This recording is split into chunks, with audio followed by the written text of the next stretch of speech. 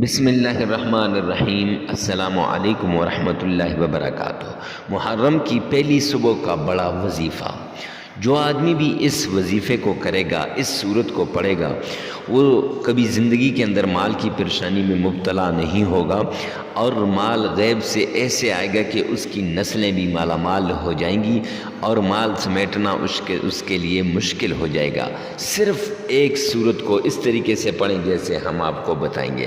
معزز سامعین کرام، صرف آپ نے کرنا کچھ یوں ہے، ایک بار تعوذ پڑھنا ہے، ایک بار بسم اللہ پڑھنی ہے، اعوذ باللہ من الشیطان الرجیم، بسم اللہ الرحمن الرحیم، پھر ایک بار نبی پاک صلی اللہ علیہ وسلم پر درود پاک پڑھنا ہے، اور پھر درمیان میں سورہ فاتحہ ایک بار پڑھنی ہے، اور پھر ایک بار درود پاک پڑھ کر 33 مرتبہ استغفار کریں۔